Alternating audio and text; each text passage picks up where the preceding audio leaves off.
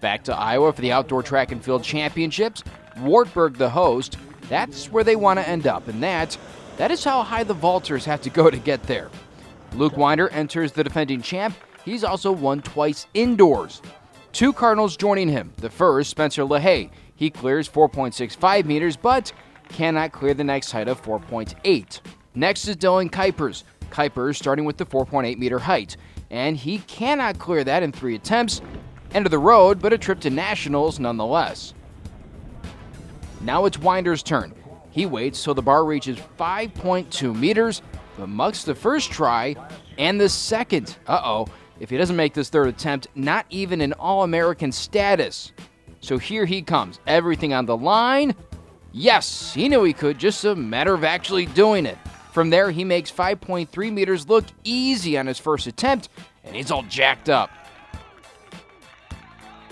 Andrew Barton of Johns Hopkins came in second indoors, takes third outdoors. Mount Union's Tyler Orweiler takes second, meaning Luke Winder, 4-time champion, as a sophomore.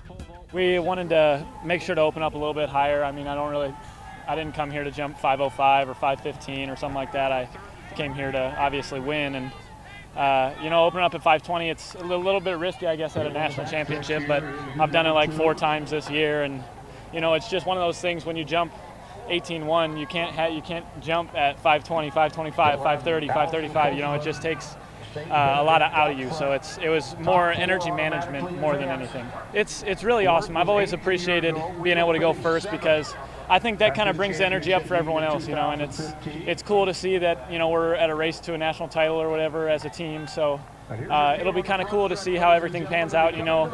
Whatever we come home with, that's what we come home with. We can't change that, what everyone else does, but it is cool to set the tone, and it's cool to especially have 3 vaulters here. That was really a big blessing for me to be able to be here with my teammates and just be able to congratulate them on their performances today and them congratulating me and everything. It was really awesome. I try to not get too nervous, but it was more frustration at myself. I shouldn't have been in that position, but I put myself in that, and it was 100% my fault. But we got through it and ended up coming away with a national title. So, it's one more to add to the books.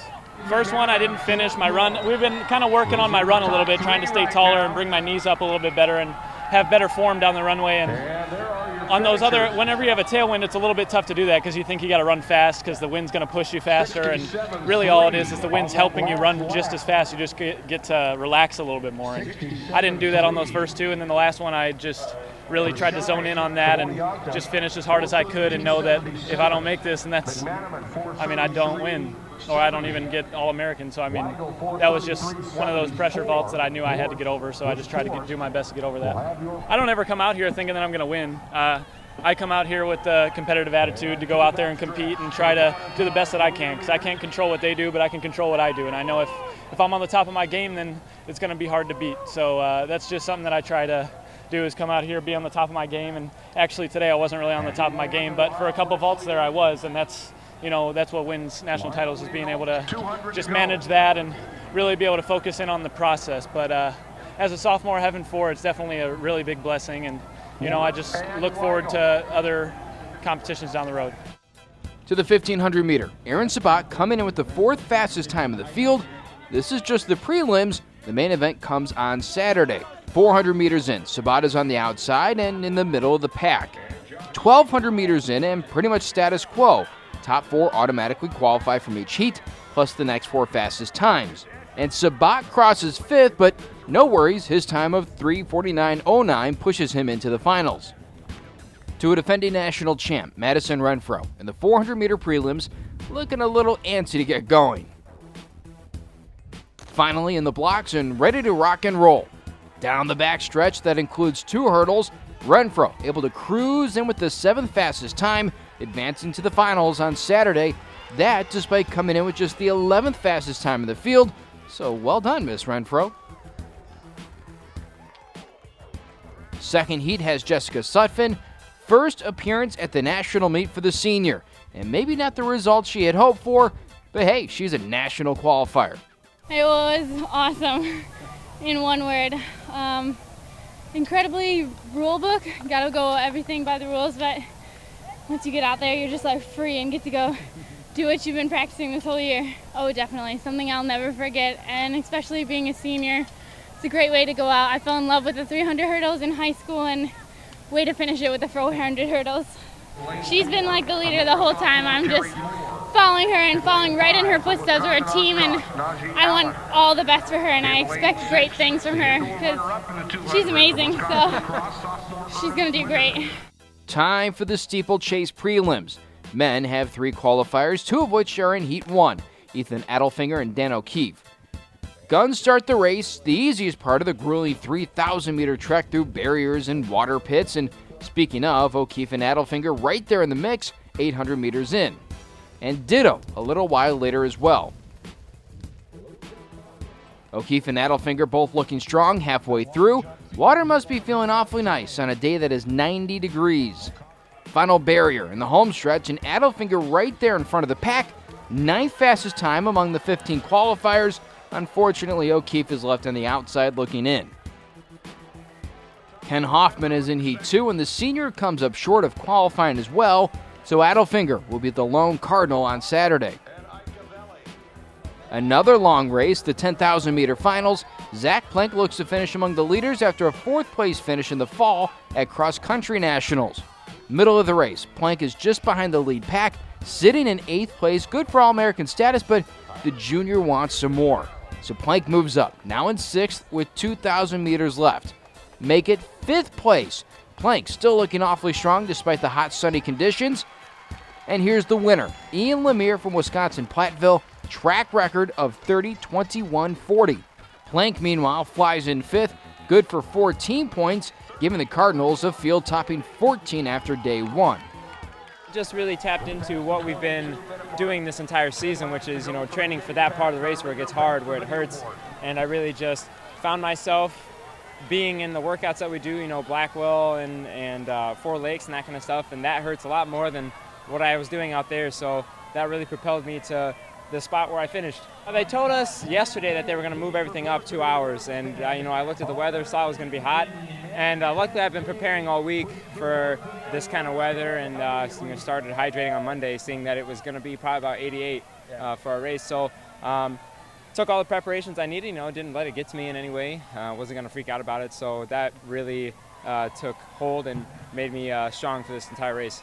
Actually, I don't feel too bad. The test will really be tomorrow, getting out of bed. But I think the preparation that we've taken as a team, and this program really kind of stays strong in the fact that you can double and come back and be able to run strong on day 2 of your competition. To the women's 10K, Megan Costanzo. She finished 3rd last year, looking for more of the same this year. Amy Regan way out in front as the leader, but Costanzo is leading the chase pack right off the bat. Nearly halfway through the race, and still sitting number 2. Nearing the end of the race, and there's Jess and Madison spurring their teammate on to the finish. Regan, she's the winner, and by a wide margin. And then there's Costanzo, a 4th place finish, scoring 5 team points with a 36:31:35 time. I feel great. I feel like I had a little bit too much at the end, but I'm happy because it's not over. I still got more. I got another race to go, so it was a great way to finish up that 10K with a good kick, feeling like I got more.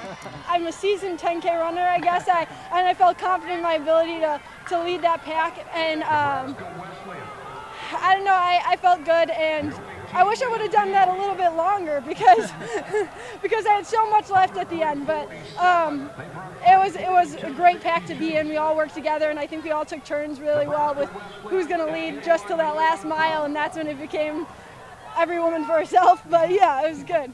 Yeah, Madison was screaming my cue words, so it was pretty awesome. I could hear her the entire time. She knew just what to say, and she was so excited when I finished, so it's pretty awesome to have great teammates like that. I just ran my race. I didn't really think too much about strategy this year, just made sure I did not lose that pack and finished hard. So the heat, actually, I think we got pretty lucky with this cloud coming in. It wasn't too bad.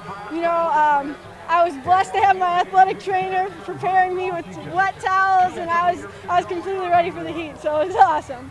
Yeah. Final event of day 1, 4x4 relay prelims. NCC, they're national qualifiers, but one of the last teams to sneak in, so expectations tempered by a tough field. as Peyton Perron patiently waits to anchor the final leg. Off the gun, Cardinals in lane 2. Daniel Spacca-Panicia kicking it off for North Central. Second leg, Ben Nordman coming around the first stretch, last place by a hair.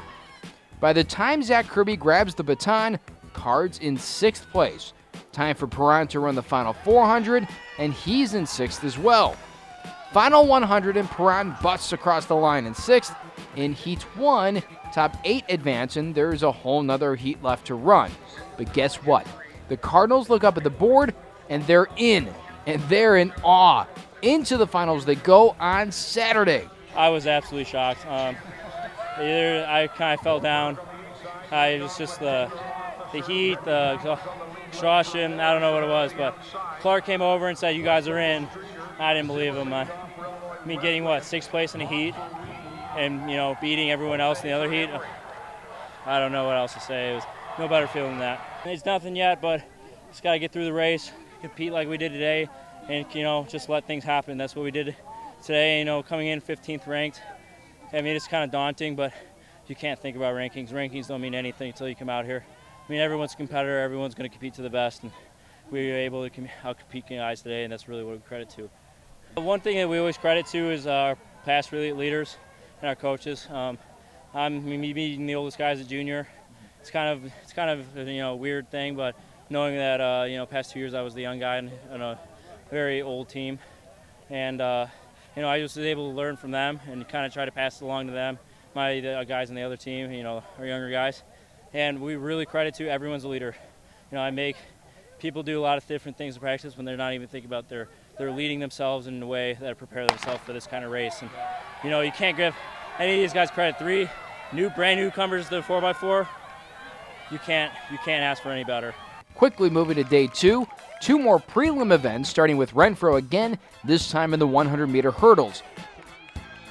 Coming in with the top time in the nation, blistering down the track, Renfro blows past the field, easily advancing to day 3. Every race I run, it's go for the win. So if you go for the win, you're going to get a good time, and you're going to run the best that you can. So that's going into it. I was thinking, you're here, just do it. You ran 60 indoors. You go from 60 to 400. How big is that difference? That difference is huge, because I'm used to just doing the 100s outdoor, and then 4x1 or something, and then we threw in the 400 hurdles last year, and it's a big adjustment, but it's fun, it's exciting. And then you come here today and you run something more similar to that 60, the 100.